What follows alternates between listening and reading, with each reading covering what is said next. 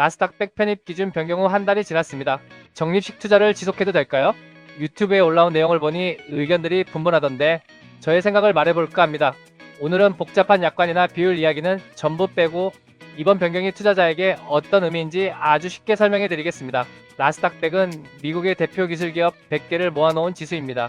우리가 나스닥100 ETF를 산다는 것은 특정 기업 하나에 투자하는 것이 아니라 미국 기술산업 전체에 투자하는 것과 비슷합니다. 그런데 최근 편입 규칙이 일부 바뀌었습니다. 핵심은 단 하나입니다.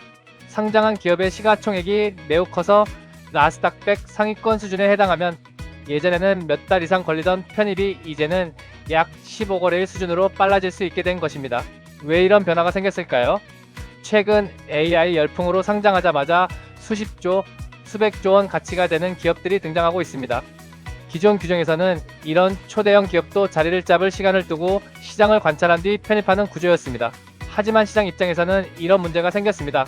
이미 시장 전체를 움직일 만큼 큰 기업인데 왜 지수에는 늦게 반영되느냐? 그래서 더 빠르게 반영할 수 있도록 규칙이 바뀐 것입니다. 그 첫 번째 기업이 6월 12일에 상장될 스페이스X입니다. 문제는 여기서 발생합니다. IPO 기업은 대부분 가장 뜨거운 시기에 상장합니다. 언론이 집중하고 투자자들이 몰리고 기대감이 최고조에 달한 상태입니다. 그리고 바로 이 지점이 핵심 논란입니다. 이제는 이런 기업이 상장 직후 빠르게 나스닥100에 편입될 수 있기 때문에 사실상 가장 비싸고 기대가 몰린 가격 구간에서 지수가 매수하는 구조가 될 수 있다는 우려가 나옵니다. 이건 단순히 비싸게 산다 문제가 아니라 상장 초기 가격 형성 과정에서 기관, 헤지펀드, 초기 투자자들의 물량을 지수가 마지막 매수 주체처럼 받아주는 구조 아니냐는 이야기까지 나오는 이유입니다. 그러면 ETF는 규칙상 그 종목을 매수해야 합니다. 결국 투자자들은 이렇게 생각하게 됩니다.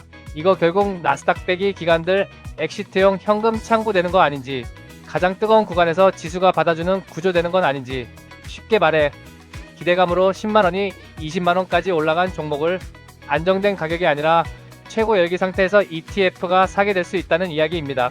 그리고 이후 조정이 나오면 ETF 투자자도 이 영향을 받을 수 있다는 우려가 생깁니다. 그렇다고 해서 나스닥100 자체의 의미가 무너지는 것은 아닙니다. 여기서 많은 사람들이 놓치는 핵심이 있습니다. 나스닥100 수익률을 결정하는 것은 신규 편입 종목 하나가 아닙니다. 전체 100개 기업의 성장입니다. 새로운 기업이 들어오고 성장이 멈춘 기업은 빠지면서 지수는 계속 시대에 맞게 교체됩니다. 개별 기업은 실패할 수 있지만 지수는 살아남은 기업들로 계속 재구성되는 구조입니다. 그렇다면 적립식 투자자는 어떻게 해야 할까요? 결론은 단순합니다. 평소 하던 대로 하면 됩니다. 적립식 투자의 목적은 가격을 맞추는 것이 아니라 시간을 분산하는 것입니다. 어떤 달은 비싸게 사고 어떤 달은 싸게 삽니다. 하지만 장기적으로 보면 평균 매입 단가가 만들어집니다. 반대로 뉴스나 규칙 변경을 보고 지금은 비싸니까 멈추자, 조정 오면 들어가자, 이렇게 판단하기 시작하면 그 순간부터는 적립식이 아니라 시장 타이밍 게임이 됩니다.